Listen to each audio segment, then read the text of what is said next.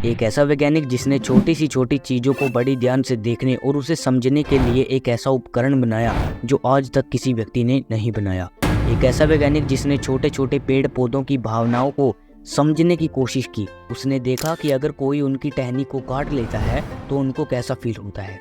जी हाँ, हम बात कर रहे हैं डॉक्टर जगदीश चंद्र बसु की, जिनका जन्म 30 नवंबर 1858 को बंगाल के मेमनसिंह जिले में हुआ, जो आजकल बांग्लादेश में है। इनका परिवार शिक्षित और धार्मिक विचारों वाला था।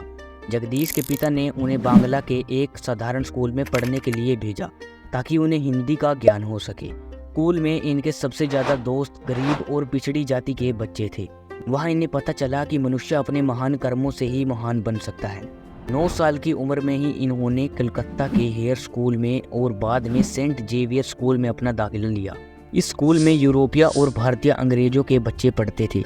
अपने स्कूल के दिनों में जगदीश चंद्र बसु साइंस की चीज़ों के बारे में जानकारी इकट्ठा करने में बिजी रहते थे और सन 1880 में ये उच्च शिक्षा के लिए इंग्लैंड गए और वहाँ उन्होंने बायोलॉजी की पढ़ाई शुरू की, लेकिन बीमारी के कारण उनकी पढ़ाई छूट गई।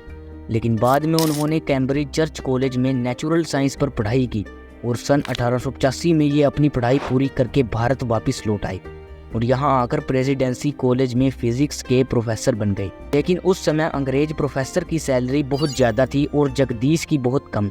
इस अन्याय को देखकर उसने आवाज़ उठाई और वो सफल भी रहा। और अब बात करेंगे उस महान खोज की जिसको पूरी दुनिया में बहुत कम ही जानते हैं। सन 1885 में बसु ने शॉर्ट रेडियो तरंगों की खोज की।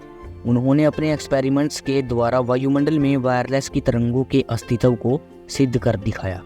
के 2 साल के बाद ही जगदीश चंद्र ने response in the living and non living नामक एक पुस्तक लिखवाई, जिसे देखकर दूसरे वैज्ञानिक भी हैरान रह गए, क्योंकि उस पुस्तक में उन्होंने अपने एक्सपेरिमेंट्स के बारे में लिखा था जिसे वो हमेशा किया करते थे। उन्होंने अपनी इस बुक में पौधों में होने वाली भावनाओं के बारे में भी बताया था।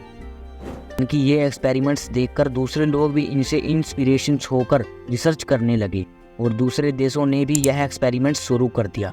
अपने इन एक्सपेरिमेंट से उसने ये पाया कि पौधों में भी नर्वस सिस्टम होता है और 30 नवंबर सन 1917 को बोस शोध संस्थान की स्थापना की। इस अवसर पर बसु ने स्वराष्ट्र को विकसित राष्ट्र बनाने पर बल दिया। उन्होंने कहा कि देश के नए आविष्कार ही फ्यूचर की चाबी होते हैं। डॉक्टर जगदीश चंद्र बोस को डॉक्टरेट की अनेक उपाधियां मिली और सन 1937 में शुगर और ब्लड प्रेशर की वजह से इस महान वैज्ञानिक का देहांत हो गया।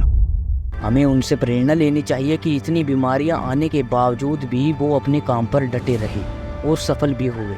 जिंदगी में चाहे जितनी भी मुश्किलें आ जाए, पर हमें अपने काम पर ही डटे रहना चाहिए, तभी हमें मंजिल प्राप्त हो सकती है। और एक ऐसा केस जिसमें एक लड़के ने दिन दिहाड़े की एक लड़की की हत्या, जिसे आपको जरूर देखना चाहिए, तो इस वीडियो पर क्लिक करके आप देख सकते हो।